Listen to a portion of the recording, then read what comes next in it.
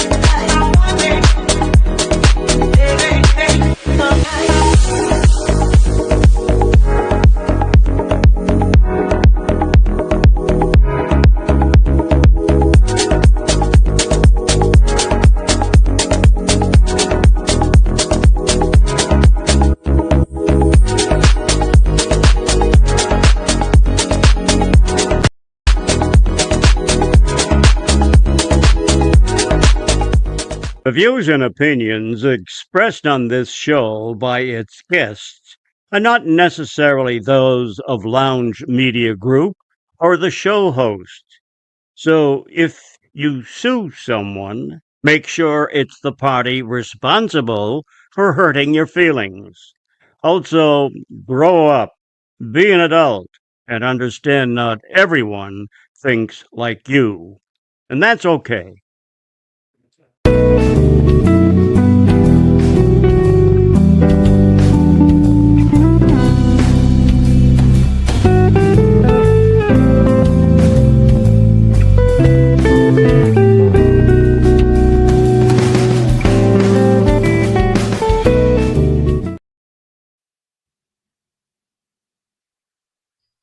Yo.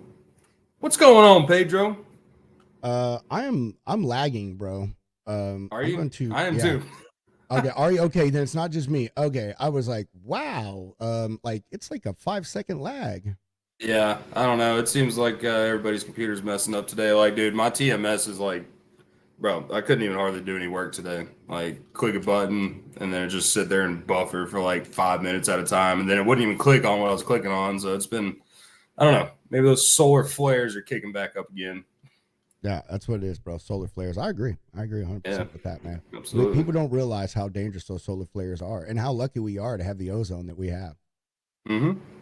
Yes. Be friends with the ozone layer. For real, man. But to answer your question, I'm okay. I'm good, man. Had a rough few days, dude. Oh my gosh, Yeah. man. You know all about that. Medicine up dose and just not feeling dose being up and not feeling well. It sucked. But man, I got out and I did some movement today. Went to the gym. My wife found some old nausea medicine that she had that is still potent, and man, I'm feeling better. I'm feeling great now, dude. All I wanted to do, man, since Monday around like 8:50 is just sit and stay still. I haven't wanted to. That's it, man. I felt like I have to throw up ever since Monday morning. So yeah, it's been miserable. Yeah, but otherwise, great work week, man. I got my generator project wrapped up and stuff on Saturday, and shipped the load for a new customer today, and planning for the next project. So yeah, neat stuff. Stuff's going good. How about you, man? We have not seen you literally since last Wednesday. You took off and gave yourself an extended birthday and everything, man. So how have you been? Tell us about that. I've been good. I've listened to a lot of music and it's continuing. Yeah, went to Santana last night. That was sick.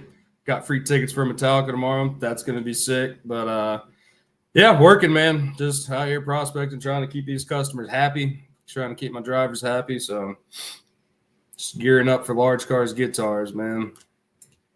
I hear that. I am so ready for large cars, guitars. You got to go last year, and I unfortunately wasn't able to. So I had FOMO, man, because you look like you had an absolute blast, and I am so excited. And Steve's gonna come with us. Ethan is gonna join us again. I'm pretty sure Jimmy and his wife with AccuBid Pro, they're gonna come and hang out with us. So yeah, I'm really looking forward to that, man. But just being around trucks, more intimate event with just drivers and or mainly drivers, I should say. So yeah, it's gonna be Heck yeah, man. I'm pumped. And we'll get to road tripping again, man. I'm telling you, dude, you live in like the perfect fucking place for events, bro. For me to just fly in and ride with you everywhere. Like I'm telling you, and Tennessee touches more states than any other state in the United States. So man, it's perfect, bro. It's so awesome. And they do direct flights, right from the Austin airport to Nashville. So it is absolutely incredible. Strategic locations. That's what I'm all about, man. I know that's right. Well, we don't have no news. Been a really busy day. So no news, but I'm sure everyone will live. It'll be okay. We'll have some more news for you Friday. Yeah. And, yeah. So, bring some breaking tariff news.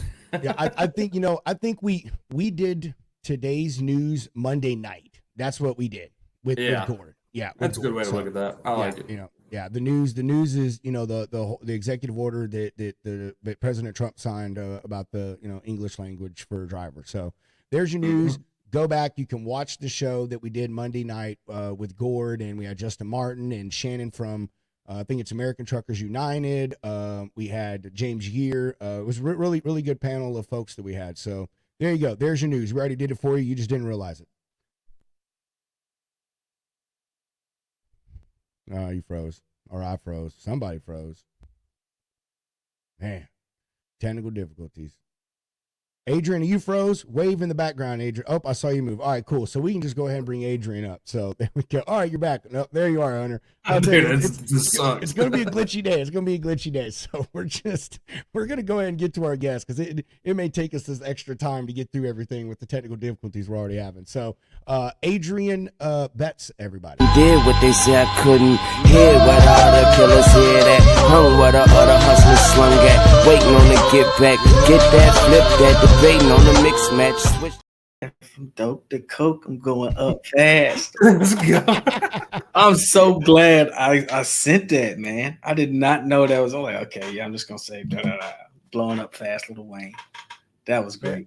We got you, man. We got you. That's why we send that form out, man. So we can make these things a little bit more personalized for everyone, man. You actually put some good stuff in there. We're gonna get to one of your hobbies that I totally was not expecting you to write this hobby down. So this is very crazy niche hobby. So we're gonna get to that one at the end of everything. But Adrian, welcome. How are you, my friend? Hey, I'm excited to be here. Thank you for asking.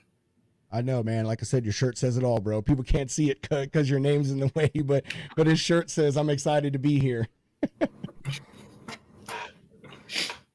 Well, before we kind of get into it, man, and dig deep and give you some time here to talk about yourself, your business, and give us a dive into some warehouse efficiency stuff. Man, how have you been since last talked to you? How's your day going? Your week? Your month? Yeah, it's going pretty good. I was able to do something that was previously unheard of. I was able to go back in time. So I recently finished up a project down in Southeast Georgia about a month ago, where it was 75 degrees and all the little green leaves were coming out. And then there was another project that came up in the Northeast, where I went back in time like 4 weeks and it was still winter. So it was still snowing and everything. And the sun didn't shine for like 8 or 9 days. And I said, oh my gosh, what did I do? But everything is good. I've been here for like 4 or 5 weeks right now. Found me a great gym, found me a great place that does meal prep. So now I don't have to think about that either. I get up, I work on myself, I go work in and help make other businesses better. And then that's it, man. Just stay out of trouble and stack my money. Man, I think that's the plan everybody needs to have right there, dude. That's what I'm saying. Yeah, there you go. He's like, I've got someone that cooks for me. He's like, I ain't got to worry about anything. That's what's up. But you do a lot of traveling with your job, man. So I can understand how that is a huge benefit for you, man. Yeah, absolutely. Never would have thought about that though, being someone that travels around and like you, and you finding a place that does meal prep locally. That's actually pretty damn smart, man. Yeah. And the person who does it, he's like, the way he's doing it isn't like, Factor or some of the other companies. The guy actually owns a gym and he's been a bodybuilder. So he's like, these meals are balanced and they're custom, right? So if all three of us are there, and one of us wants to lose weight, one of us wants to stay the same, just change body composition, one of us wants to get bigger, each one of us will have a different meal made just for what we like. And that will allow us to get to the goal that we're trying to get to. So it's extremely pleasant to find them. I've already changed my shape over the last couple of weeks since using them. Oh yeah, bro. That's what's up, man. A lot of people are on the health journey, man. Like a lot of us older folks. I can't remember how old you are. You're like late 30s, aren't you, Adrian? I've done everything in my 30s already. All right. So yeah, I mean, it's us a little older crowd. I'm 40, about to be 41, man. A lot of folks in the logistics industry really starting to get serious about their health, man, and working out and doing meal stuff and all these other things. Shout out to Mike Lombard with Lombard Motor Fit. That's who I'm doing my stuff with. So yeah. That's what's up. Well, we're just going to go ahead and I guess move forward into everything, and we're asking the same question that we ask everyone else, Adrian, and that is, who is Adrian Betts, and how did you get to be where you are with Xpandur? All right, so it all started in the year 2000, and we're not going to go year by year, but started my career as a package handler at UPS. So one of the things that I remember from them the most is that nobody ever touched the floor the same day that they started with the company. So you stayed downstairs in this little bunker for like 2 or 3 days. You learned all the processes and everything. They gave you a dummy scanner test environment. You got to screw everything up before you ever hit the floor. And I mean, they just had a great system. So I worked there through college, went to Georgia State. Once I graduated, my first job was with FedEx Ground, so the competition. And that was my first management job. and you couldn't tell me nothing, man. I was making my little $35,000 a year, and you couldn't tell me anything. Um, Remember the very first time I went uh, grocery shopping, and I was like, yeah, I bought a whole bunch of junk food. And after about 2 days, I was like, man, this really sucks. And then I started taking care of myself, even, making health conscious decisions, even at a younger age then. I was at FedEx Ground for a little under 5 years. Did the whole thing: preload manager, outbound manager, pickup and delivery manager, sort manager. And then I left there in 2010, went to Target Distribution Center out there in the middle of nowhere on Interstate 81. So if you've been trucking on Interstate 81, it is a beautiful stretch of America through the Shenandoah Valley. When I first got out there, I was like, man, there's nobody out here. It's nothing but, mountains and cows. But I loved it. All good things come to an end. I ended up going to Nike out in Memphis, Tennessee. I did that for about a year when they went from 1.1 million square feet to 2.8 million square feet. Trained some people on some stuff there. Found my way back to Atlanta through Walmart as an ops manager, Walmart e-commerce fulfillment center. Did that for about 3 years. Went to General Produce as a senior ops manager. Got my first taste into grocery. Then the last thing W-2 wise was probably Amazon for about a year. I was a site lead there, and then that was through COVID, through the tail end of that. And then after that, I've been kind of doing some independent stuff for the most part, with some interspersed W-2 for the last 5 years. So I've been all over the place. Yeah, man, you have, brother. Yeah, you have. I was going to make a joke, but it's probably inappropriate. I'll type in the chat so we can all laugh about it because it's funny as hell. So before we get into exactly what your company is, give us the rundown of why the decision, or how'd you come to the decision that you wanted to work for yourself and start doing what you're doing. It actually started in 2004. I just said I'm gonna make Xpandur Incorporation, and it was expired by Expedix or Expedex, however you say it. And I was still in college then. I didn't know any of this management stuff, and I just said I want my name to be in bold in the textbooks.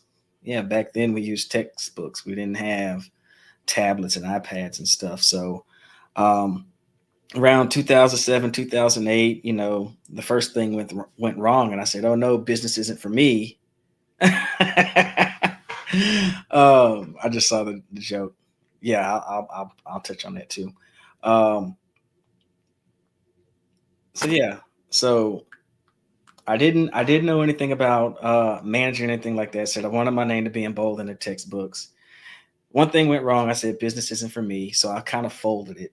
Started a couple businesses later on, same thing. And then in 2017, I said, you know what, I'm gonna do this again, but this time I'm never gonna quit. I don't care how much I screw up. And then, people have heard me say this: purple and green ketchup, crystal clear Pepsi, and the Pontiac Aztec. I said all three of those things were massive failures by those companies, and they still make billions of dollars. Why should I be any different? So as I worked at all these companies that I've listed, I've seen what all of them do well. And because I've worked with all of them, guess what I can tell you? I can tell you what they can do better. And that's why it's in my tagline. I know the things that they do well, and I know the things that they can do better. Look at UPS. UPS is having to readjust some of their business strategies now. Hey, Amazon, you can go take your behind over there. We don't want that anymore. We don't want all the volume. We want profitable volume. They're not the first company I've seen that went through that. Both FedEx Ground and Amazon got sued by the independent contractors because they felt they were getting treated as employees. I saw that happen in the 2010s and again a couple years ago with Amazon. So over the last 20, 25 years, I'm not going to say I've seen it all, but I've seen plenty of it.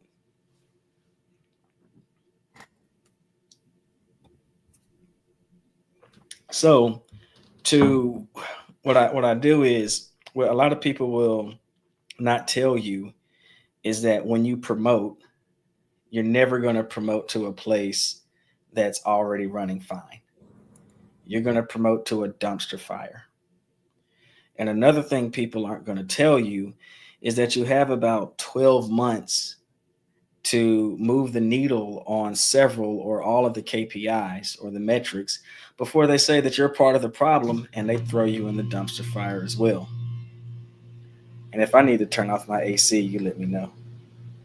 Oh, you're good. Okay. So over the years, I've seen some very consistent things that have hampered everybody's performance. And instead of me reinventing the wheel at every company, I've been able to pull off of some previous experience and say, let's try this. And over time, the more things that I found worked, those are the things I kept and improved. And the things that didn't work, I just let them go to the wayside. All right. So, all right, Hunter, before I keep going, do you have something you want to add? Oh, I was just gonna ask, like, how do you know if someone's a dumpster fire? Like, do you like just I don't know. What does that process look like? Like, how do you find your key candidates? You know? So I tell you a great place, and this is not pandering to the truck industry, but if the trucking companies are talking about these warehouses that suck on unload times or load times, that means they're screwing up inside the warehouse, because they have a commitment to you guys, which is probably, let's say, 2 hours to unload or 2 hours to load. It should take 2 hours, right? For them to take 6 hours and 8 hours, they don't understand, because their job is guaranteed, right? They're not an owner operator. They're not somebody who says, hey, I know this load is going 800 miles away and I already have a load there to pick up. So when we put that driver 10 hours behind, we're actually taking significant money out of that driver's pockets. So if you were at a warehouse as a truck driver and they are absolutely tearing you apart with long unload or load times, that place is a dumpster fire. What does that look like on the inside? That looks like, okay, Pedro just started April 1st. And Freight Hound, you just started 2 weeks ago. And now I'm considering Pedro a veteran because he's been with the company for 4 weeks and he's training you, and you've only been there 2 weeks. That's a dumpster fire. That is 100,000 million gajillion percent dumpster fire. Another Yes. dumpster fire. Another dumpster fire. Our HR. They may have 2,000 people in the applicant pool, but they say we can't find good talent. How? So yes, I've had to go in and become my own HR because I was unable to get people. And next thing you know, I'm working Saturdays and Sundays, all this extensive overtime, right? So not only that, when we hire the people again, I touched on this with UPS, right? Nobody should hit the floor the same day that they start with the company, right? If you ever started with a company, right, you sign so many pieces of paper, it's almost like you're buying a house. In order for you to understand everything about this company and how to do it right, that takes anywhere from 2 to 4 days. About a good 2 days of just straight classroom training, and to not have people fall asleep, because these are warehouse workers. They don't want to sit in the classroom all day. You got to break it up and have them go to the floor half the day. So that's why it should take 3 to 4, maybe even 5 days to orient them to the company. Great comment from John. Another thing, I'm sorry, if you keep going, or I can stop for a second. No. I'm just saying I need to. I was going to read it, man, because we put it on Spotify, so I need to read it out so that people understand what you're about to answer. So, John commented. He says to what Adrian's talking about, that these things happen far more in the warehouse world than you know, and they can't find good talent because I'm assuming he's talking about HR, are using a bot to check resume, and the bot skips a lot of what it shouldn't when it's looking at an applicant's information. That is an excellent point. So I'll actually just slow down and talk about one of the services that I offer. I actually, Adrian, before you do that, can we back up a little more, because sure. I wanted to get this into a natural flow. Typical Hunter, he threw the whole fucking conversation off. He's ADHD. That's what he does, bro. He has to take his medicine today, and he's frozen right now, so he can't hear that I'm talking crap about him. So that's why I'm doing it. You know. I can still hear you. Oh dang it! Darn crap! I'm just my whole computer's frozen. I'm shit out of luck right now. So. But, hey, we can hear you though, Hunter, and at least it's frozen on a decent picture of you. So yeah, I look pretty snazzy right there. yeah. It's not like you're picking your nose or anything, man. So no, at least a good one. All right, Adrian. So what I was going to ask before we get into exactly, actually, I guess the first question would be, tell us exactly what Xpandur does, and in that same thing, tell us why you decided to focus or build your business around what you have, which is the efficiency and helping throughput in the warehousing space. Yeah, so we help expand your operational capabilities, basically. We work with distribution centers, fulfillment centers, and last mile delivery stations to get more throughput using your existing hours. So you're going to get more performance without adding headcount, without adding equipment, and without adding technology.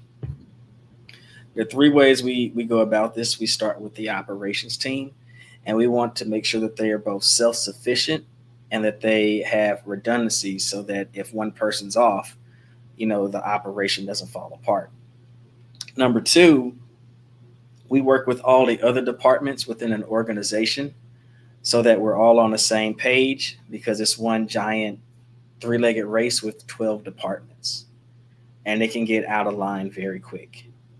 The third way is by getting the most out of the warehouse space so that we're making money and moving efficiently all 4 quarters of the year. Now, the reason I built my business around this, because these are situations that I've been in where an operation was running inefficient, whether it's because of the operations team itself, which I had to stabilize. Now, once I get my team stabilized, then I can go and say, hey, HR, I'm having this issue, sales, I'm having this issue, marketing, quality, transportation, whomever. And then once we do get that alignment, then we can make sure that, we're not one of these warehouses who is just bursting at the seams with inventory, because we're all on the same page, right? And these are the things that make most warehouse jobs seem unpleasant. But I will always tell you that warehousing, and especially peak season in a warehouse, does not have to be chaotic.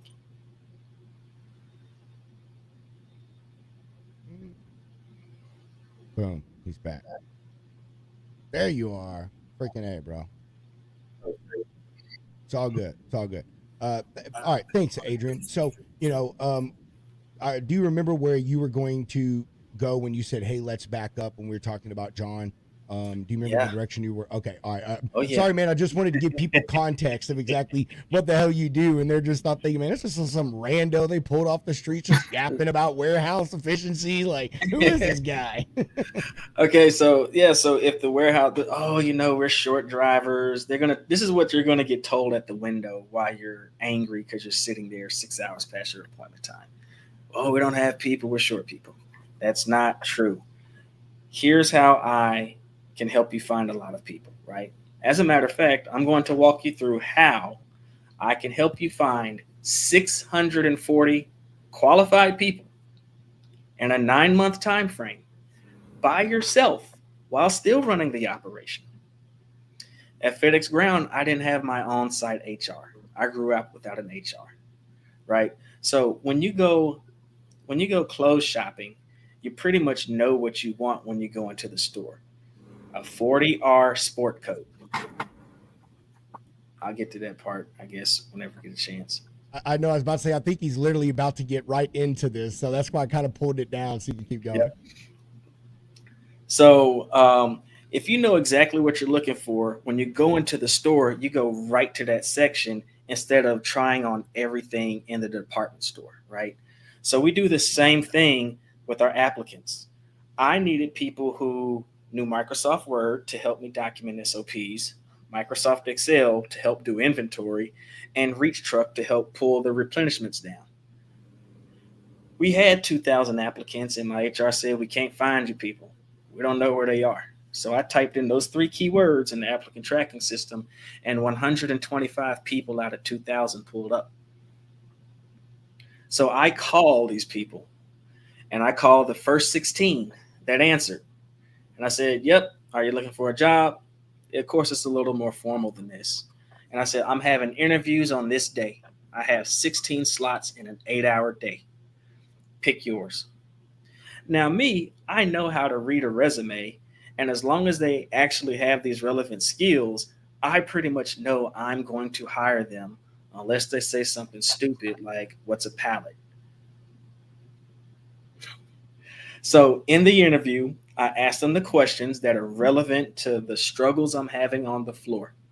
If they can tell me how they've helped overcome those struggles in a previous life, I know they're going to add value to the team. Again, 99% of the people that I interview, I hire because I know what I'm looking for. They go pee in a cup, pass the background check. That's 16 people in one 8-hour day. It takes me maybe a couple of hours throughout the week to call all 16, but I can do all that in a couple of hours. Now, I do that one day each week. Every 2 weeks, I have one of those orientations. And in that orientation, there are 32 people. I walk in, I say, "Hey, my name's Adrian. I'm excited to be here. How are you?" And then we go through that. Now, every 2 weeks is important because I want to give my HR time to process the employee files, or myself time to process the employee files. And I also want to get my trainers 2 weeks to get a new hire class adequately trained before the next class comes in. And you do that for 20 pay periods out of the year.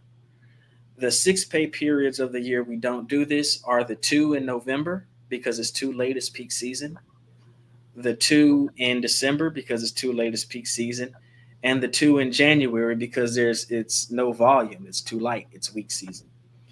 And that's how you get 640 people by yourself. Now, most people say, "I don't need 640 people." Just about to ask that. Thank you. If you don't need 640 people, then why do you have anybody on your team who's underperforming? I have an abundance of people who I can find that can perform. So that is how I have a significant retention rate, is because the people that are on my team know exactly what I expect of them. Now, just one layer underneath that, before we even get to the hiring, I partner with my HR to make sure that we are competitive in the market, right? So if everybody else is paying $17 an hour and we're paying $12 an hour, we're going to get what we get. And we've had to have that conversation before. Hey, in order for us to be competitive, we need to be at least at 16.5. And another way to keep people is to be very transparent on their wage progression. So every 6 months, you would get a raise or whatever it was, 6 months, year, 18 months, 24, and you would cap out at 30 months. And so after 2.5 years, if you stay another 10 years, you're going to be capped out. And they would say, "How do I get more money?" Well, if you want more money, you have to go to the next level of responsibility, which includes these tasks. And if you want these in order to learn these tasks, here's the training on how you become proficient at it. And once you demonstrate it, then we know you're ready to get there. All right, so you kind of sort of answered this. We'll get to this question with John, and then I want to back it up because I want to talk a little bit about scale here. So John had another question. He said, 99% of interviewed hired is amazing. I agree. But Adrian explained, why he's got such good, helps these people with such good hiring rate. And I think that's great because that touches on what John said earlier about these bots looking at this stuff. A human is what it takes to point out these the skills and stuff that folks need. So John said 99% of interviewed hired is amazing. What's the retention rate? So, are they staying with a good retention rate when they're taking your advice and doing these things that you're, advising them to do? Yeah, absolutely. So we're at, above 90% retention, less than or 10% turnover rate. And here's something interesting about turnover rate, man. Like, I train everybody when I'm bringing in that many people that are bar raisers, and I get them all up to this level. The people that were there, they have two choices. They can either raise their bar performance, or they're going to get, pressured out, unfortunately, right? Now, for the people that are raising the bar, let's say that we only have 4 opportunities to advance, and there's 40 people that I've brought in.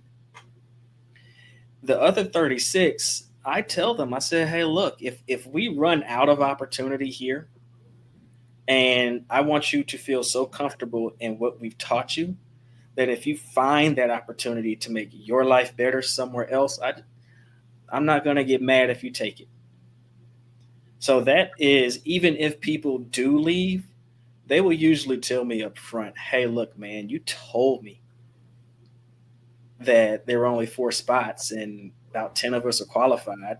So I stayed with you as long as I could for another year and a half. And then I found a spot over here. I said, they paying you well? Yep. I said, well, good luck. And we keep in touch. I mean, all the companies I've been at, I've got a pretty wide network.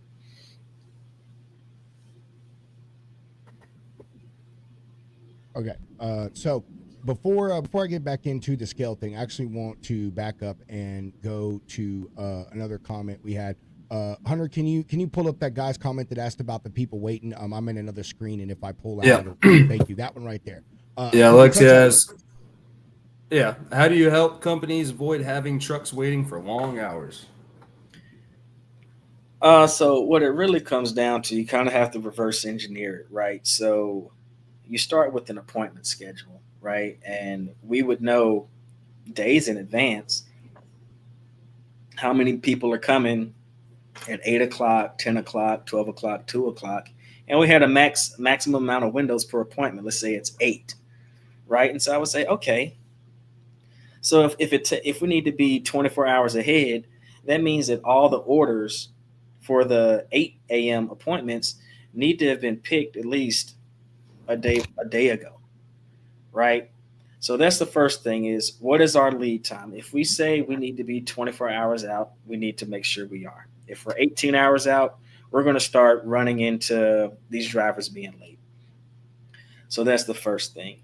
The second thing is, once the loads are prepped and staged properly, does the loading team and loading manager, are they aware of what's coming in, and are they aware of the time commitment? Now, within the staging dock, here's some things that we saw, is that some of the lanes were mixed. So if I have product going to Freight Hound and product going to Pedro Potato, and they're all mixed in the same lane, if I'm trying to load one of the trucks, I have to touch 2 trucks worth of pallets just to get one truck loaded, and that slows me down. So just making sure that the lane integrity was preserved. I know it sounds simple, but when you have 88 docks, it can get out of hand very quick. So those are some of the very simple, fundamental things that we made sure we were executing to make sure that we cut down our load time. We averaged 8 hours of load time when we first started that project. And by the end of the 6-month project, we were under 2 hours consistently. We started 5% of the trucks, 5%, only 5% were dispatched on time. At the end of the 6 months, 94% were dispatching on time. Man, Adrian, you have some valuable information. Hunter and I need you to send us a list of all the facilities that you have worked at, and man, we're gonna sell this to drivers and be like, dude, there's a place you want to deliver, but that you're in and out like 30 minutes, but it's gonna cost you, man. You gotta pay us for this information. When you see this list, dude, you're telling you you're gonna move freight faster than you've ever moved it before. That's absolutely amazing.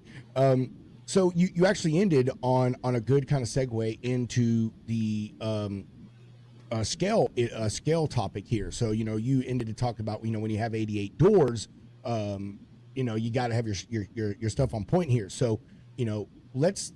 What about these smaller operations, Adrian? Do you help the smaller people? The ones that may only have 5 doors, 10 doors, 20. Let's just say 20 doors or less. And even if you don't, what you do, what Xpander does, and the processes and protocols, all stuff you implement, can they be scaled down and be able to help these smaller facilities? Because a lot of detention is also at them folks that have just a few doors. So could you touch on that?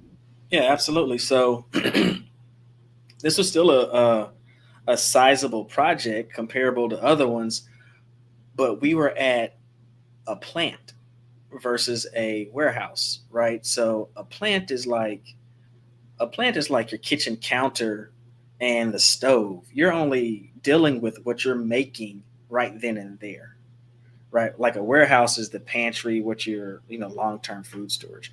So we didn't have that many doors, but the problem was uh, it was very challenging for procurement to send product to the pantry and then from the pantry to the kitchen counter.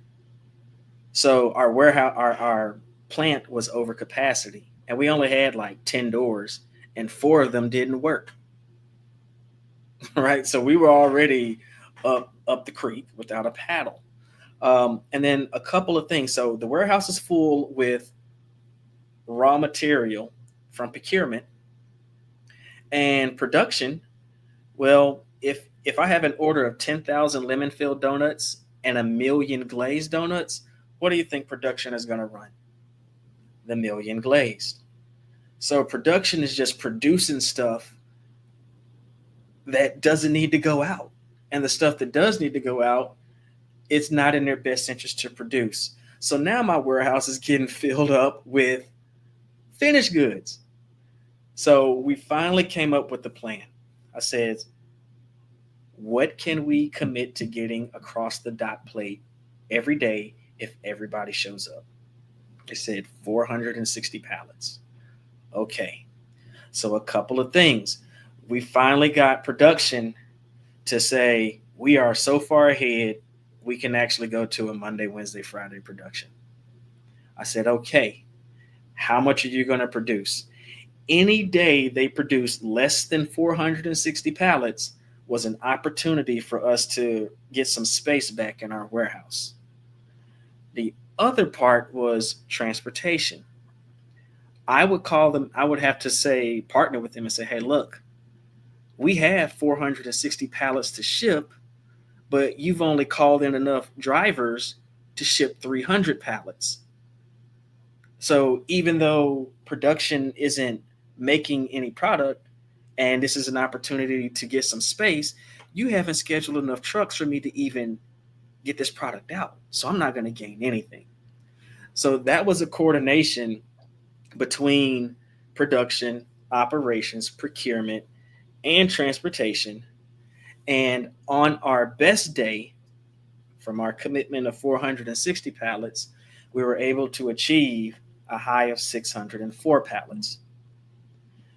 Now, I'm going to end on this. Prior to me getting there, our drivers used to have to wait so long that the trucks would be lined up down the street and around the corner into an adjacent neighborhood. And we would always get the cops called on us for blocking the street. I was there in Q4, where it gets dark before like 5 o'clock. There's a picture of me somewhere on LinkedIn. It's the end of the day. It's like 4 o'clock, and you can't see a single truck on that road because all the loads have been loaded and dispatched. So we went from getting the cops called on us from being a traffic hazard to having everything loaded before the end of the day with the same people. 6 doors.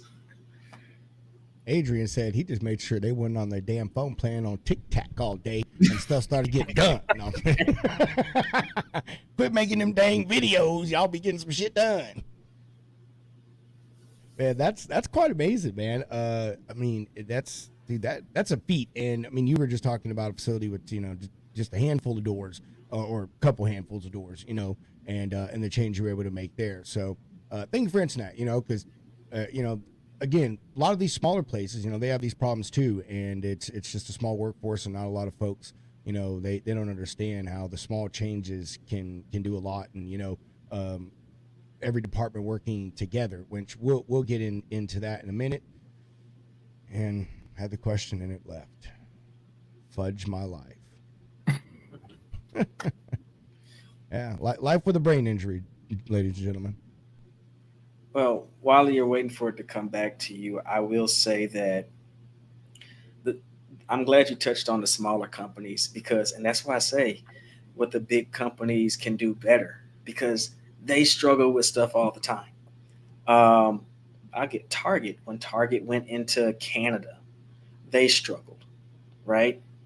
They ended up having to change their revenue goal, their earnings per share. They had the data breach, and then they had to repeal and pull back out of Canada.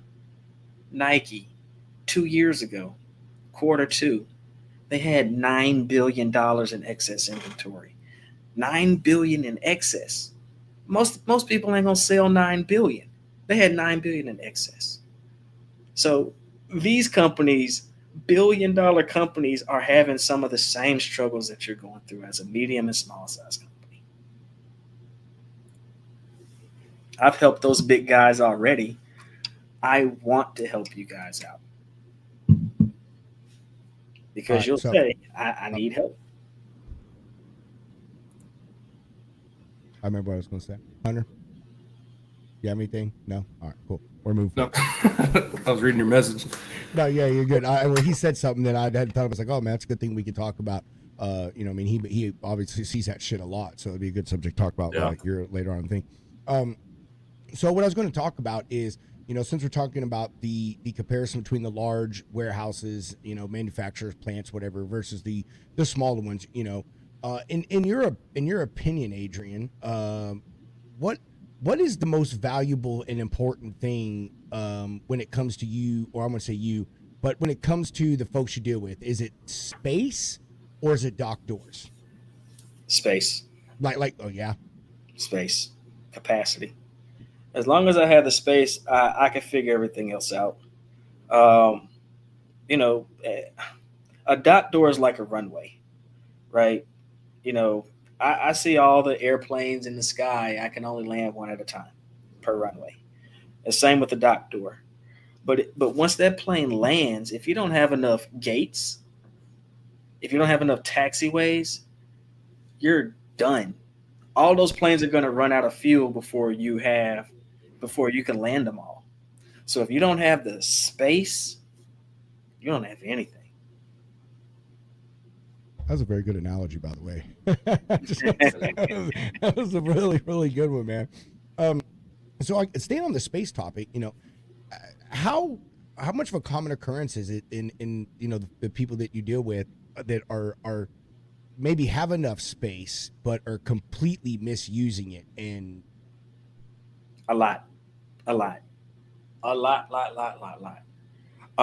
it comes from a couple of things. Number one, not having a minimum and maximum, right? So a minimum kind of triggers you to get some more. It's like a low fuel light. Okay, if I don't stop and get some more, I'm going to push my car. I don't want to push my car. I'm incredibly inefficient. I'm going to lose sales. I'm going to lose money. I'm going to lose my mind. Now, the max, once upon a time when we pumped gas, we didn't have that little click thing, and you could actually overpump and spill, right? So a lot of places don't have a maximum. So let's say you want your inventory to turn 2 times a year. That means your max is probably 6 months, maybe a little bit longer. Let's say 9 months for a buffer. There are some places that have 360 months of on hand. 360 months is 30 years. And you know how they do that? Here they do goofy stuff like this. I just bought a container of iPhone 11s, a million iPhone 11s. I sell 10,000 of them, and then I drop the iPhone 12. Well, hell, nobody wants the iPhone 11 anymore. That's one of the quickest ways I've seen companies screw themselves out of their own space. You know, I was trying to save it for later, but I mean, you just kind of keep touching on it, so we might as well get into it. You know, the excess thing here, man. I mean, dude, we saw it. I think people, the general public, really got an understanding of the amount of freaking excess that we do during COVID. You know what I mean? After COVID kind of died down, Target was a great thing. That Target was giving shit away almost. I mean, you could buy things for a penny in their store because they had so many things that they overbought, you know. And so what is the number one driver behind that? I mean, is it oh, this is just too great of a deal to pass up, and you know, let's just buy a ridiculous amount of stuff for absolutely no reason? Or I mean, where's the failure at? Is that the sales sees a great deal, but the warehouse, no one's calling the warehouse, say, hey, do you even have room to store this stuff? And do we even have trucks to move this stuff out and space on the shelves to even put it? That's usually that's a lot of what you hear. Well, I got a good deal on it. And I said, let's time out. I drink a gallon of milk a week. I would never ever buy 52 gallons of milk at once. Most of it's going to go bad before I get a chance to use it. Number two, I don't have the space to store it. Right? So I tell them, I don't care if the milk was free. Where am I going to put it? Well, they may say, well, that's not my problem. And I say, it's going to be a problem when I leave it outside. Right? So we have to play these, you know, sometimes the conversations get very tough, but that's why when you have these conversations on the front end, you say, hey, look, here's how much space I have. I have space for 125,000. Well, we're going to sell 500,000. Okay, break the purchase orders down into 125,000 or 100,000. I can digest those, right? I mean, you're not going to eat breakfast, lunch, and dinner all at the same time, but you are going to eat it all in the same day. This warehouse is a living, breathing entity. You can't just shove food down its throat. It's going to turn out very poorly. If you eat that much food, it's going to rush out one way or the other. No different in a warehouse. I'm just smiling thinking about Adrian telling someone gonna be a problem when I set that shit outside. It will be. What you gonna do? I can't put it in here. There's no space. Adrian's like, the next deal you need to be looking for is tarps, because that's what you're gonna need to cover all this stuff that's gonna be sitting in the parking lot. Now that's a great point. Now watch this, right? So when they start doing that, right, I can go in there belly aching about space, but I can say, hey, finance, we're probably going to need about 30 storage containers to store all this extra product. How much is in the budget for that? And then finance is going to fly off the handle. But I said, hey, look, I'm just trying to, find a place to store the product that they bought. So now at least we're having a conversation where people aren't just thinking about their own department when they make these decisions. We have to consider the upstream and downstream impacts. So we can't just say, hey, procurement, we just better not run out. No, that's unfair for procurement. They have to understand how much, how often, when's the season start, when it's too early, when it's too late. And sales also needs to kind of let it go. Like if you got those two little hairs left right there, let it go, man. Why are you still holding on to Christmas trees in March? Just throw them away. Let it go. And the fact that they think that, I bought it for $5 and I could sell it for $10. Well, if it costs you $1 a month to store it, after 5 months, there's no more margin. Now, see, it's a whole lot that goes on inside the warehouse, isn't it? A whole lot. There is. And as many times as you just said, let it go, I'm picturing Adrian like running through the warehouse like in Frozen. Let it go. Let it go.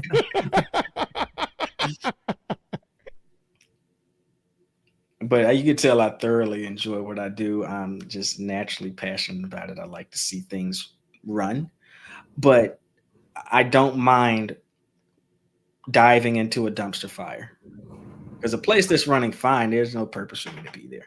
None. I'll be bored to tears.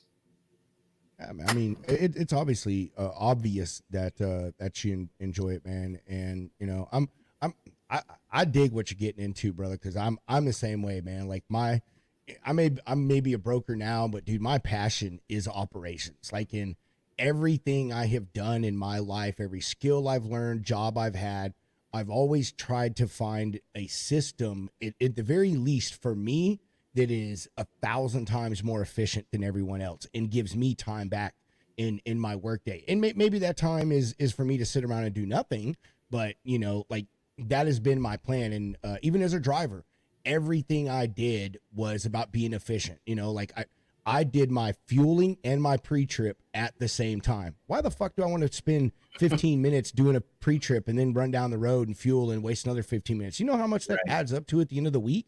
You know what I mean? Everything, dude. Like even as a manager, you know, when I got out of the truck and the first job I was thrown into, man, I was a logistics manager at an Office Depot. Man, complete crap show this place was, man. And it kind of went to what you were saying, man. They just earlier in the conversation, they had the wrong people coming in at the wrong times to do the wrong things. You know, like logistics was supposed to be in at like 5 a.m. to stock the shelves. Well, why the hell do we have a cashier here?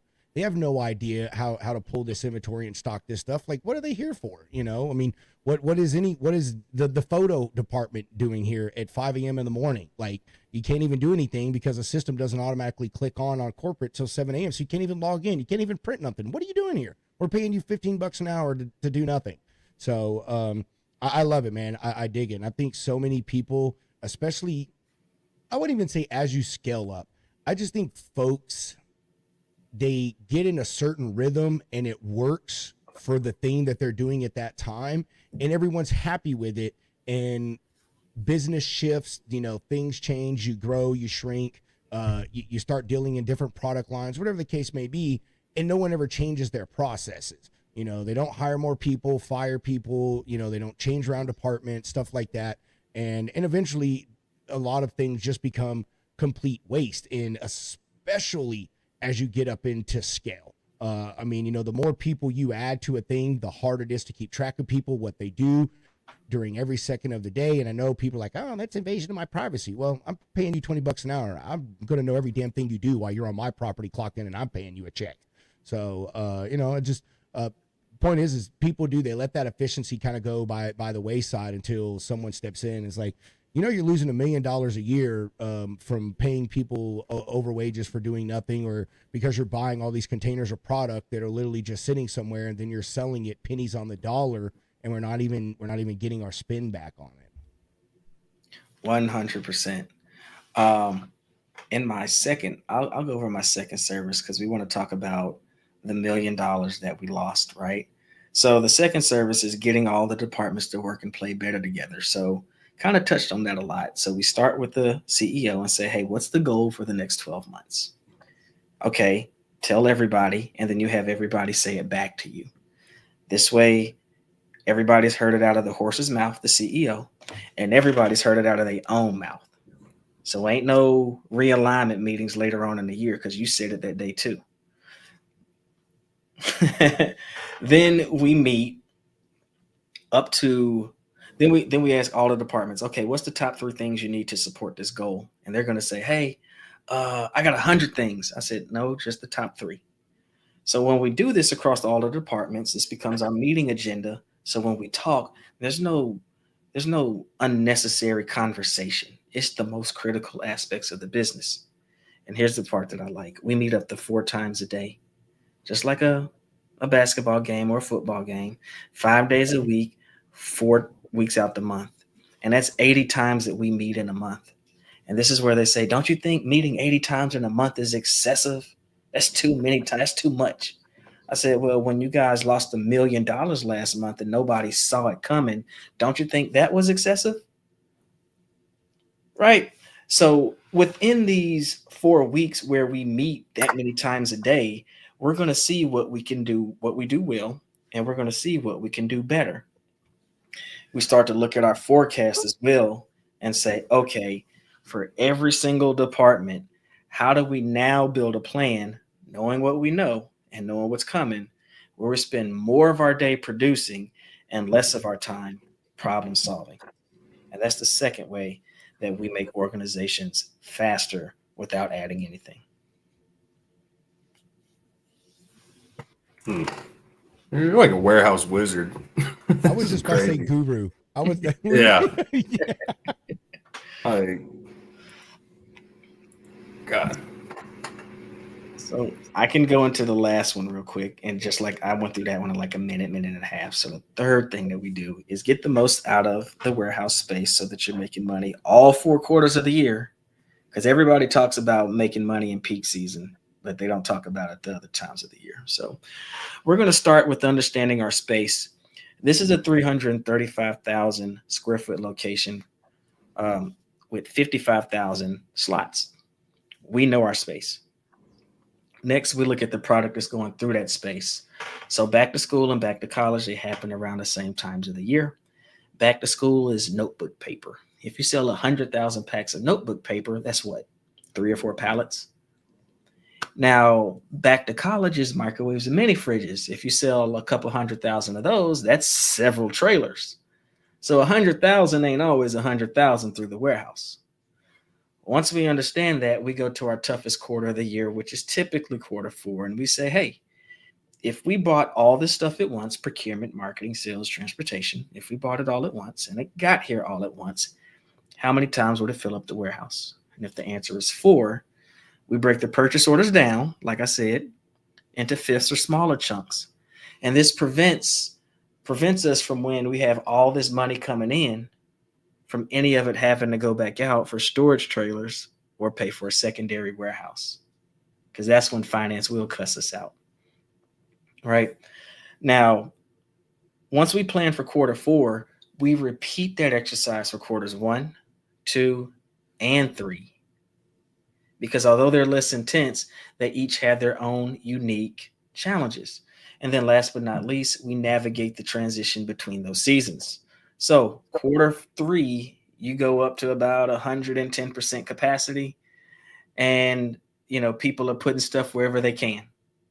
And then from Black Friday to December 26th, boom, you snap back to about 60% of your warehouse because it's just toilet paper, diapers, and water, just the staple stocks. Now, here's what it looks like. Everybody else is still traveling 1 million square feet to pick all these orders, where our warehouse is only traveling 600,000 square feet to pick those same orders. What does that look like in dollars? For every 100 people you have on your payroll on the floor at $15 an hour is $1.5 million in spend per quarter. If you can reduce your travel by up to 40% in Q1, that is a $600,000 potential savings in Q1. And if you repeat that in Q2 and Q3, how much pressure does that take off of Q4 having to bail you out for the fiscal year? That's the third way we do it.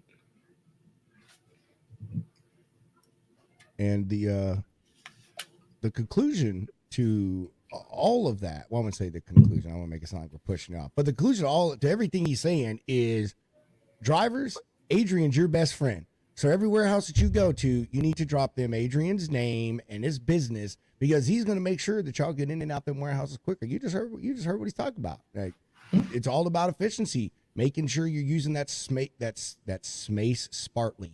That space smartly. Oh, that's literally, I was going to come out too, man. Make sure you're using that space smartly, and everyone's communicating. And dude, that's, man, bro.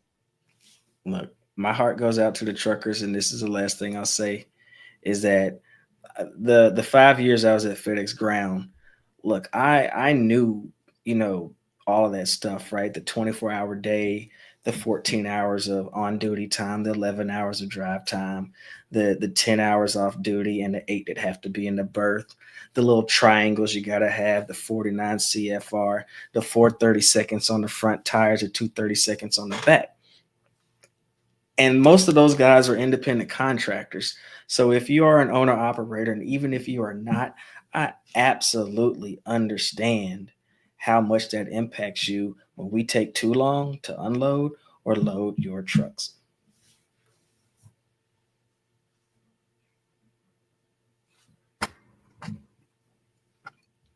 And for the company, who always tries to find a way to not pay the detention or the demurrage, hell, if you just do everything in the 2 hours like you're supposed to, which I can show you, you don't have to worry about paying it at all.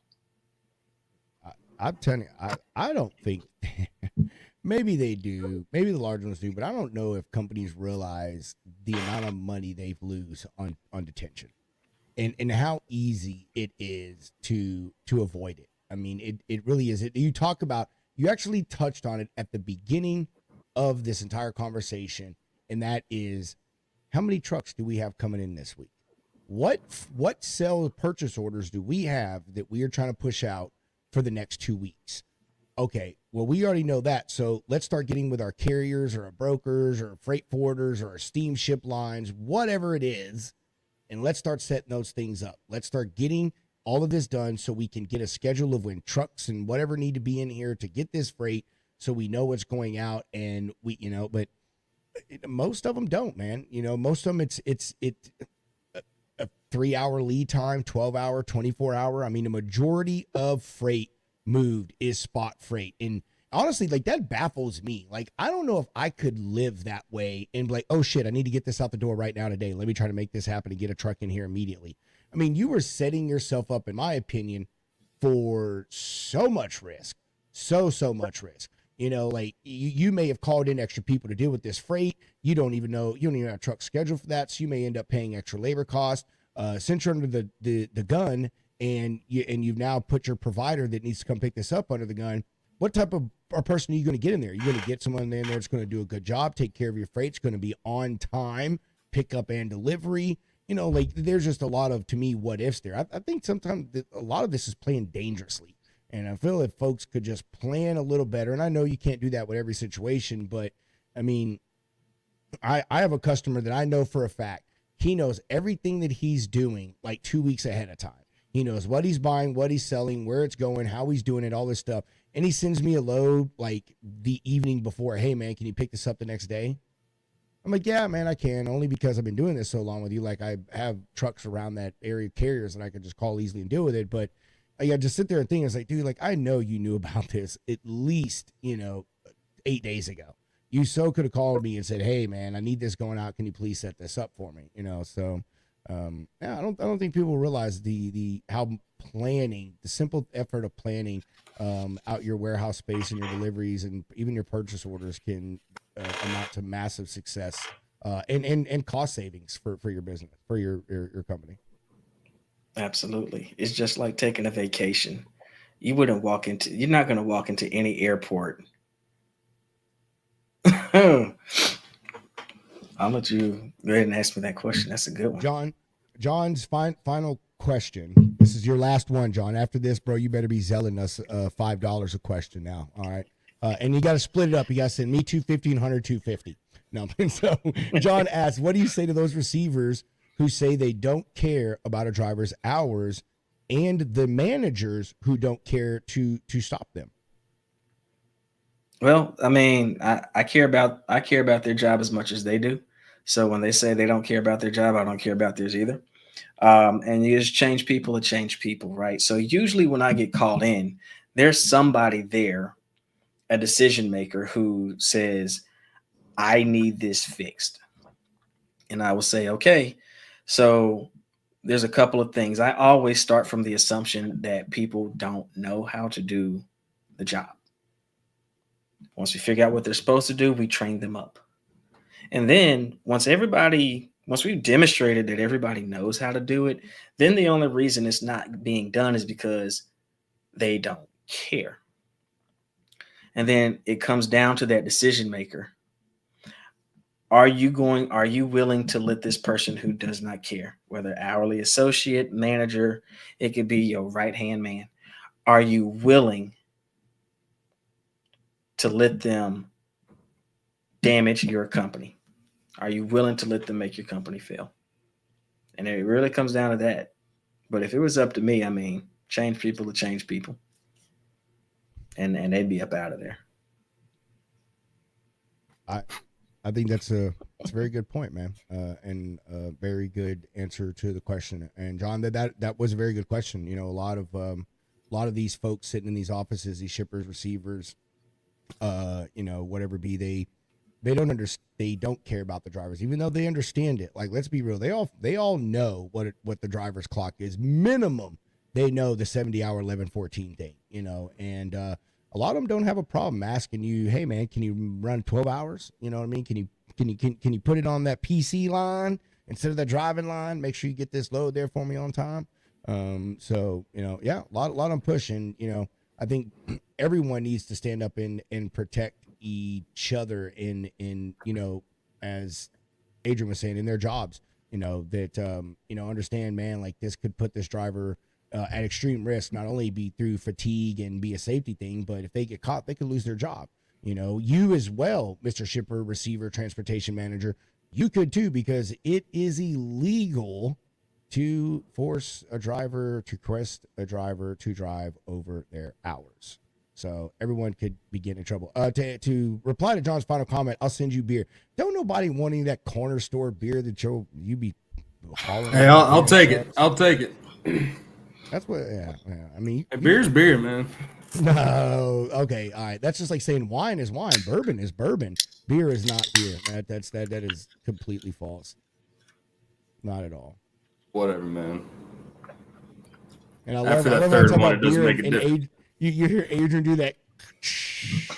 Just so everyone knows, He's drinking. He's drinking that. He's drinking that gym beer. Yeah, that gym beer. That's Yes, sir. that's a good one. Yeah.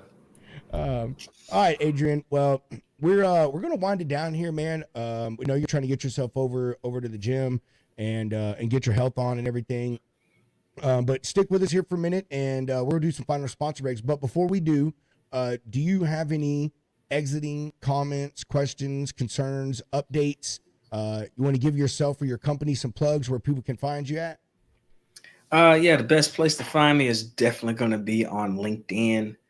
Adrian Betts, as the name is spelled. There are 12 Adrian Betts in the world. I'm the only black one. So I'm on TikTok as Xpandur LLC, Instagram at Xpandur Range of Motion. I'm also on YouTube as well, but by far the best place to reach me will be via LinkedIn. All right. So before we go, because I don't know if anyone's caught on to it yet, it honestly took me until the end of our little meeting that we had before I understood it. Explain the name of your company. Well, it's to expand your operational capabilities. So expand your capacity, expand your bench depth, expand your range of motion. And it's like going to the gym, right? It's not so much about how much I can lift. It's about how well I can move it. So I don't care about, can I bench 225? It's, can I do this over a long period of time? And that's what good business is about, sustaining that movement over a long period of time. Damn, Adrian, I'm telling you, bro, we're gonna have to have you back, man. You're gonna have to go chill this on a Freestyle Friday, man. You would add a lot of great context to just some of the rando conversations that we have on a Freestyle Friday, man. And this is the second time I got to spend time with you, man. I thoroughly enjoyed it, dude. It's so good to run across people that truly geek out about what they do. And they have a real passion about trying to fix things, make things better, improve processes, and make people better at the same time. I feel that you think you can agree. Something goes by the wayside. We talk about a lot of process improvement, but we also need to do people improvement. You touched on that about, how do I make more money, man? We got to teach people how to do the job above the person above them. So they have an ability to have, upward lateral motion as well, which, improves morale and keeps things running smoothly. So, an awesome conversation with you, man. Just thank you very much for coming on. Thanks for having me. Hunter, you got anything you want to add before we do these final little sponsor breaks here, broski? Adrian, you have some of the best analogies I've ever heard in my entire life. Your creativity is awesome. I just went and turned on your alerts, dude. I got to keep up with your posts. But dude, I have an idea for a show, Pedro, later this summer, man, because we've been touching around the warehouse sector, but I don't know. We need to have like a full-fledged like warehouse segment, dude. Like all of our folks that we've had on. So like Adrian, man, the robot people, freaking, just enhancement, because I mean that's a huge thing, man, especially in this market, man, like educating drivers on what warehouses are good for pickups and deliveries, and like I don't know, man, I think we have a lot to learn. But Adrian, you are, like I said, man, the warehouse wizard, and you're from my neck of the woods, so that's double down right there. Hey, man. But hey, you did go to Georgia State. I went to Georgia Southern, so that's the only beef we got right there. The real GSU, huh? The real GSU. Oh yeah, awesome stuff though, man. Awesome stuff. Like definitely a great learning experience right here. So keep on doing you, man. I love it. Thank you, sir. That's I agree, Hunter. Very, very, very well said. What you're gonna love is when your trailer and your freight isn't stolen, because you have an incredible device like Trailer Century by 7P GPS to help you make sure that don't happen.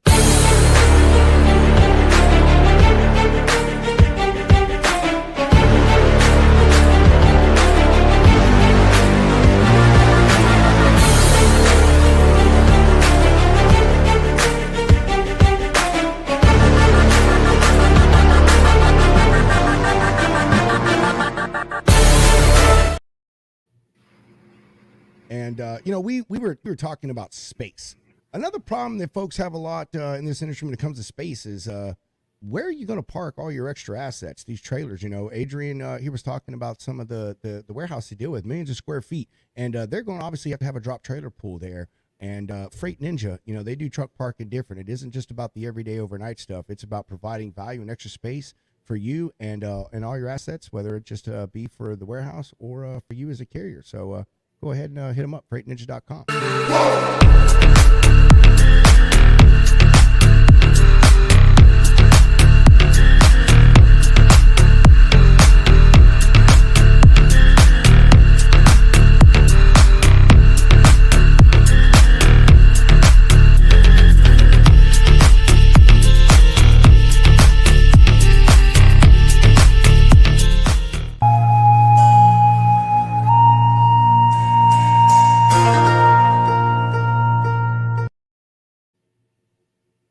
All right. We're about to end this thing.